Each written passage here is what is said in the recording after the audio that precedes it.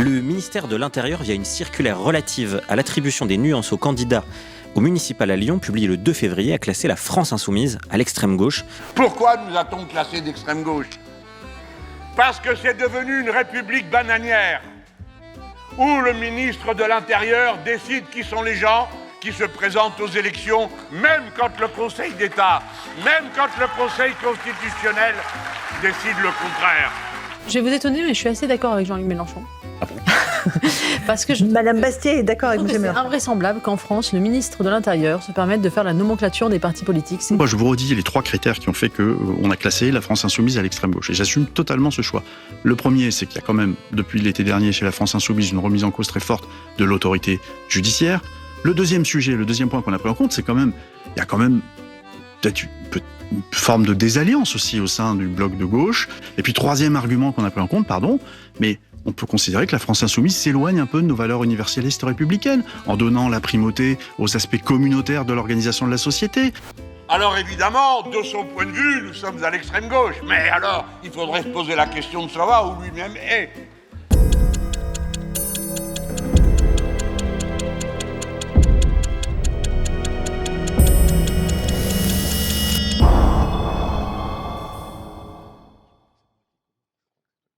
Le 2 février 2026, La Tribune Dimanche, le supplément dominical du journal économique La Tribune, qui est une espèce de girouette hebdomadaire permettant de vérifier dans quelle direction soufflent les vents idéologiques dominants. Je décide aujourd'hui d'aller partir vent de face. Je vais donc dans cette direction. A publié un éditorial de son directeur délégué de la rédaction, l'inénarrable Bruno Jeudi, qui était sobrement titré « Merci les patrons ». On espère que le milliardaire Rodolphe Saadé, propriétaire de La Tribune, décernera à ce salarié modèle un diplôme d'employé du mois, car il serait vraiment injuste qu'un tel dévouement ne soit pas récompensé à sa juste valeur. Pourquoi nous sommes corrompus? Putain! Éducation de merde! Aucun honneur! Aucune dignité, rien! Le 2 février toujours, le ministre macroniste de l'Intérieur, Laurent Nunez, a décrété, quelques semaines avant les élections municipales du mois de mars prochain, que la France insoumise serait désormais classée à l'extrême gauche, tandis que son propre parti, Renaissance, restait classé au centre, exactement comme s'il n'avait pas cessé, depuis des années, de dériver toujours plus loin vers la droite. Pour justifier cette décision, sur laquelle on va s'attarder un peu longuement, Laurent Nunez a notamment expliqué que c'était parce que, chez la France insoumise, il y a un refus de la discussion parlementaire, que ce parti devait être considéré comme extrémiste, fin de citation. Quelques heures plus tard, Le Monde, journal dit de référence, a publié un article dont l'autrice, la journaliste politique Sandrine Cassini, relevait très justement que cette nouvelle classification dresse une équivalence entre LFI et le Rassemblement national et qu'elle donne donc des arguments à ceux qui, comme les macronistes, veulent exclure le mouvement de Jean-Luc Mélenchon du champ républicain et renvoyer dos à dos les extrêmes, fin de citation. C'est tout à fait vrai, mais par l'effet probablement d'une distraction passagère, cette journaliste oublie de mentionner que depuis plusieurs années, son propre journal publie régulièrement, comme on l'a régulièrement relevé dans cette chronique, des articles qui, eux aussi, renvoient dos à dos les extrêmes, c'est-à-dire donc la France insoumise, parti de gauche antiraciste, et le Rassemblement national, parti d'extrême droite xénophobe, cofondé notamment par un ancien Waffen-SS. Pas plus tard que le 29 janvier dernier, par exemple, Françoise Fressoz, éditorialiste au Monde, se demandait encore dans sa chronique hebdomadaire comment le Parti socialiste pouvait, je cite, « amorcer une dynamique face au Rassemblement national et à LFI, qui était donc une fois de plus mis dans le même sac ». La conclusion qui s'impose est que Le Monde fait partie de ceux qui, selon les propres mots de sa journaliste Sandrine Cassini, veulent, comme les macronistes, exclure le mouvement de Jean-Luc Mélenchon du champ républicain en renvoyant dos à dos les extrêmes, et cela nous dit tout ce que nous devons savoir du positionnement de ce vénérable journal qui se défend évidemment de tout militantisme. Moi je suis pas militant politique, je discute pour un principe. C'est ça qui m'intéresse. Je suis pas défenseur de Madame Le Pen, ni de Madame Thévenot, ni de la France. Ça je le sais. Mais vous avez tort, vous savez pas franchement je vous défendrai de la même manière. Dans le monde réel, et comme l'a récemment rappelé le Conseil d'État, la France insoumise, dont le programme est beaucoup moins radical que ne l'était par exemple celui du Parti socialiste dans les années 1980, ne peut en aucun cas être considéré comme un parti d'extrême gauche, appellation qui par ailleurs n'a évidemment rien d'insultant. Il s'agit plutôt, comme on l'a également répété plusieurs fois dans cette chronique, d'une banale formation social-démocrate qui reste attachée à quelques règles de base du progressisme, pendant que la plupart des autres organisations de la gauche parlementaire poursuivent leur inexorable dérive droitière. Le Rassemblement national, en revanche, est bien une formation d'extrême droite, comme l'a également rappelé le Conseil d'État. Le ministre de l'Intérieur le sait parfaitement, et la justification qu'il produit pour classer LFI à l'extrême gauche en soutenant que les insoumis refusent la discussion parlementaire est la preuve tangible de sa gigantesque tartufferie, puisque ce ministre de droite doit son poste au vol pur et simple du résultat des dernières législatives remportées par la gauche et participe à un gouvernement dont le chef, Sébastien Lecornu, avait promis de rendre la parole au Parlement. Mais je le dis aussi, il va falloir des ruptures. Et pas que sur la forme. Et pas que dans la méthode, des ruptures aussi sur le fond. Mais gouverne en réalité à grands coups d'article 49.3 pour mieux le contourner. Dans la vraie vie, c'est donc le parti macroniste de Laurent Nunez qui refuse et interdit la discussion parlementaire et qui devrait donc être considéré, en fonction du critère défini par ce ministre, comme un parti extrémiste. Je serai le ministre de l'Intérieur de cette fermeté. Je reprendrai la politique qui a été menée par tous mes prédécesseurs, une politique qui consiste à lutter contre les filières d'immigration illégale, à les démanteler, une politique qui conduit à augmenter les reconduites forcées. Je suis un homme de fermeté et d'autorité, mais aussi un homme d'humanité. Pour clore ce long chapitre, un dernier point mérite d'être relevé. Dans un moment où Donald Trump prépare assez ouvertement une possible confiscation des prochaines élections états-uniennes, en redécoupant par exemple la carte électorale pour favoriser son parti. En effet, et comme l'a fort justement relevé le journal L'Humanité, en séparant LFI du reste de la gauche, le ministre de l'Intérieur change de fait la façon dont seront comptabilisés les résultats au soir des élections, puisque grâce à ce tour de passe-passe, le bloc de gauche, dont les insoumis seront donc exclus, verra son score électoral baisser mécaniquement. Il s'agit en somme, comme le relève le député insoumis Adrien Clouet, il est évident que la pente logique de cela pour affaiblir toutes les formations politiques d'opposition qu'il y a à gauche, eh bien, c'est de les distinguer. C'est de multiplier les sous-catégories, de dire, mais regardez, eux ne font que tant, eux ne font que tant, eux ne font que tant, etc. Ou, pour le dire plus simplement, de diviser la gauche pour mieux favoriser l'extrême droite. Même Donald Trump n'y avait pas pensé. On a, encore une fois, je vous redis, les 3 critères qui ont fait qu'on a classé la France insoumise à l'extrême gauche. Et j'assume totalement ce choix. Le premier, c'est qu'il y a quand même, depuis l'été dernier, chez la France insoumise, une remise en cause très forte de l'autorité judiciaire. Il l'avait annoncé, il l'a fait. Gérald Darmanin a bien rendu visite donc à Nicolas Sarkozy à la prison de la Santé. Le deuxième sujet, le deuxième point qu'on a pris en compte, c'est quand même, il y a quand même peut-être une forme de désalliance aussi au sein du bloc de gauche. Pour voter une motion de censure, il faut la majorité absolue, c'est-à-dire 289 députés. La motion du Rassemblement national devait être facilement écartée car elle ne sera pas soutenue par la gauche. Par contre, celle des insoumis sera soutenue par le RN, des communistes, des écologistes et il faudrait ensuite une vingtaine de députés supplémentaires, a priori des socialistes, sauf que Olivier Faure leur a demandé de ne pas voter cette censure. Et puis troisième argument qu'on a pris en compte, mais on peut considérer que la France insoumise s'éloigne un peu de nos valeurs universalistes républicaines. À bas le voile, bien sûr. Et donc c'est à ce titre-là qu'on l'a classé à l'extrême gauche. Le 3 février, Le Figaro, le journal réactionnaire du groupe Dassault, a publié un article annonçant qu'à un peu plus d'un an de l'élection présidentielle de 2027,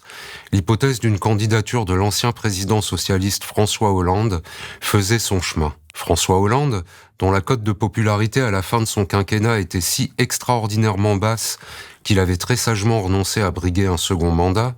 J'ai décidé de ne pas être candidat à l'élection présidentielle. Et ce personnage qui, lorsqu'il était à l'Élysée, avait fait en 2016, dans une série d'entretiens avec 2 journalistes du Monde, quelques déclarations qui lui avaient très logiquement valu d'être acclamé par la presse de droite. Il avait notamment expliqué qu'il y avait, je cite, trop d'immigration qui ne devrait pas être là, qu'il y avait un problème avec l'islam, ou encore qu'on ne pouvait, je cite toujours, pas continuer à avoir des migrants qui arrivent sans contrôle, et qu'il fallait qu'à un moment ça s'arrête, fermez les guillemets. S'il décide de se présenter à la prochaine présidentielle, il ne fait guère de doute que ce contrasté personnage se présentera comme un adversaire déterminé de l'extrême droite, exactement comme il s'était présenté comme un adversaire de la finance. Je vais vous dire qui est mon adversaire.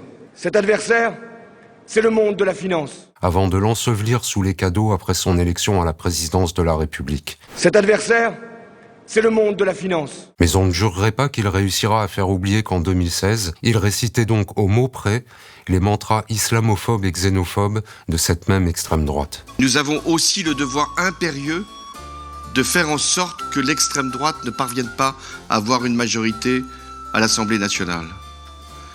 Et si nous ne sommes pas mobilisés comme jamais pour ce second tour, ce risque, cette menace, peuvent se traduire en actes. Qui peut assurer là le rôle majeur de défendre les idées de la République, la force de ce qu'a été les engagements des générations précédentes pour les conquêtes sociales et pour les droits fondamentaux? Qui d'autre que nous dans cette circonscription et beaucoup dans le pays. Le 4 février, les écologistes ont suspendu plusieurs dizaines de leurs adhérents en leur expliquant qu'ils avaient, je cite, « porté atteinte à la réputation et aux valeurs de justice et de sagesse du parti », en signant une tribune qui dénonçait la décision des écologistes de s'allier avec le Parti socialiste plutôt qu'avec la France insoumise pour les prochaines élections municipales. On se rappelle qu'en 2024, le Parti insoumis avait également sanctionné certains de ses élus, également considérés comme trop frondeurs, et que la presse et les médias dominants s'étaient alors empressés de dénoncer en chœur et à longueur d'articles ce qu'ils appelaient une purge, implicitement présentée comme une mesure de type stalinien. Mais très curieusement, quand ce sont les écologistes qui pratiquent ces mises à l'écart, il n'est plus du tout question de recourir à un vocabulaire mobilisant l'imaginaire du stalinisme. Cette punition collective n'est pas du tout présentée comme une purge, mais bien plutôt comme une simple suspension, et on passe très vite à autre chose. Je vous ai ramené des petits aimants. Vous voyez, les aimants, chacun a un pôle nord et un pôle sud. Jean-Luc Mélenchon et Olivier Faure.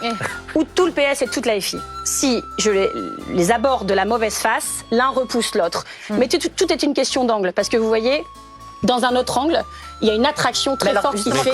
C'est cet effet-là que je veux retrouver. Vous allez faire ça, c'est de la physique, c'est pas de la politique. Cet effet-là a fait gagner la gauche et les écologistes contre 27 sondages sur 27 l'été dernier. Le 5 février, le député socialiste Jérôme Guedj a annoncé sur France Inter qu'il était candidat à l'élection présidentielle de 2027. Je suis aujourd'hui candidat à l'élection présidentielle pour porter la voix d'une gauche républicaine. Pour la plus grande satisfaction de son hôte, l'animateur dynastique Benjamin Duhamel, qui donnait l'impression de croire qu'il avait obtenu avec cette annonce une espèce de scoop planétaire, alors que dans le monde réel, l'hypothèse la plus crédible est que cette information n'intéresse pas grand monde, à part peut-être le proche entourage de Jérôme Guedj et quelques journalistes politiques. Le député socialiste, profitant de la tribune qui lui était ainsi offerte à l'antenne d'une radio publique, a expliqué qu'il était selon lui nécessaire que la gauche s'affirme pour ce qu'elle est, qu'il ne se résout pas à la victoire annoncée du Rassemblement national et qu'il était contre. Sur les principes, on ne peut pas brutaliser le débat public. Moi, je revendique en politique le courage de la nuance. C'était très beau et ça donnait presque envie de battre des mains, mais tout de suite après, il a ajouté, je cite toujours, « Vous savez quoi, monsieur Duhamel, on a besoin d'immigrés, mais dans le cadre d'une immigration planifiée et organisée. » Cette profération appelle quelques remarques. La première est que, contrairement à ce que suggère donc Jérôme Guedj, les migrants sont des êtres humains fuyant le plus souvent des situations tragiques au péril de leur vie et qu'ils ne sont ni une variable d'ajustement, ni une marchandise dont il faudrait réguler l'importation. La seconde remarque est que la déclaration de ce candidat socialiste à l'élection présidentielle sous-entend assez distinctement qu'à l'heure actuelle, l'immigration ne serait pas organisée et qu'elle n'obéirait par conséquent à aucune règle. Cette déclaration rappelle donc d'assez près les propos de François Hollande déclarant en 2016 qu'il y avait trop d'immigration qui ne devrait pas être là et qu'on ne pouvait pas continuer à avoir des migrants qui arrivent sans contrôle. Une telle démonstration est notoirement fausse et mensongère, puisqu'au contraire, depuis 1945, la France n'a cessé de multiplier les lois sur l'immigration et les circulaires et autres décrets, durcissant toujours plus les conditions d'accueil des étrangers. La dernière en date, qui remonte au 2 mai 2025, étant la circulaire signée par l'ex-ministre de l'Intérieur d'extrême droite Bruno Retailleau, qui restreignait encore l'accès à la nationalité française. Et cela nous amène à la dernière remarque, qui est que Jérôme Guedj, en reprenant à son compte cette rhétorique mensongère de l'immigration incontrôlée, valide la propagande du Rassemblement national, parti xénophobe qui prospère dans la dénonciation d'une très imaginaire submersion migratoire. Mais il y a une submersion migratoire. La submersion migratoire. La submersion migratoire. La submersion migratoire est une réalité. Dès l'instant que vous avez le sentiment d'une submersion. Pour un candidat qui prétend représenter la gauche, qui assure refuser la brutalisation du débat public et qui affirme ne pas se résoudre à la victoire annoncée de l'extrême droite, cela peut paraître un peu étonnant, mais il est vrai aussi que lorsque Benjamin Duhamel lui a demandé pour qui il voterait si le second tour de l'élection présidentielle de 2027 opposait le candidat de la gauche insoumise au président du Rassemblement national, Jérôme Guedj a très courageusement refusé de répondre et qu'il semblerait par conséquent qu'il ne soit pas encore complètement décidé à se donner réellement tous les moyens de battre l'extrême droite. Dans le cadre d'un second tour entre Jean-Luc Mélenchon et Jordan Bardella, pour qui vous voteriez ? Moi, je veux tout faire pour que ce second tour n'existe pas. Oui, ça c'est la réponse assez évidente. Considère mais aujourd'hui, simplement, je considère aujourd'hui que c'est précisément une offre cohérente au premier tour qui doit éviter ce qui serait le pire des scénarios. Cette situation, c'est la victoire de Jordan Bardella, et la meilleure manière d'éviter cela, c'est un rassemblement de la gauche sur une ligne vous claire. Ne répondez pas à la question. Le 8 février, Jordan Bardella, président du Rassemblement national, a déclaré « Moi, je ne suis pas fermé à ce qu'il y ait des discussions sur de potentielles listes d'union ou listes de rassemblement au second tour. Est-ce que vous pourriez mettre, par exemple... Il y a un danger de voir l'extrême gauche s'emparer d'un certain nombre de municipalités. » Comme l'a joyeusement expliqué un hebdomadaire du groupe Bolloré, cela signifie en clair que si la France insoumise risque de gagner une élection, le parti d'extrême droite pourrait par exemple se tourner vers les Républicains pour leur proposer une alliance de second tour. Bardella a donc parfaitement compris que Laurent Nunez lui avait offert un magnifique cadeau en excluant très arbitrairement LFI du bloc de la gauche parlementaire, et que le Rassemblement national peut désormais se prévaloir, lorsqu'il agite l'épouvantail d'une prétendue menace d'extrême gauche, de la protection du gouvernement qui a très officiellement légitimé ce gigantesque bobard. Ce n'est après tout que la dernière en date des innombrables gracieusetés dont le macronisme qui prétendait construire un barrage contre l'extrême droite n'aura en réalité cessé de la combler tout au long de son triste règne. Le 10 février, Le Figaro a publié un article dénonçant, je cite, « la dérive racialiste de la France insoumise ». Car selon ce journal, qui a longtemps compté parmi ses collaborateurs le propagandiste d'extrême droite Éric Zemmour, plusieurs fois condamné pour provocation à la haine raciale ou religieuse, plusieurs cadres du mouvement de Jean-Luc Mélenchon auraient, je cite toujours, fait de la couleur de peau un critère de vote en faveur des candidats insoumis, et le journal réactionnaire du groupe d'assaut trouve ça tout à fait inadmissible. Du coup, on est allé regarder une photo du comité de direction du Figaro, et là, surprise, il n'y a strictement que des blancs. Mais bien sûr, il faudrait vraiment avoir mauvais esprit pour considérer que ce comité donne presque l'impression d'avoir fait de la couleur de peau un critère, et pour se demander si ce ne serait pas le signe d'une très fâcheuse dérive racialiste. Immigration, insécurité, islam. Non, mais vous ramenez tout à l'islam tout le temps, franchement. À la fin, ça devient maladif, quoi. Merci d'avoir suivi cette chronique, à dans 15 jours.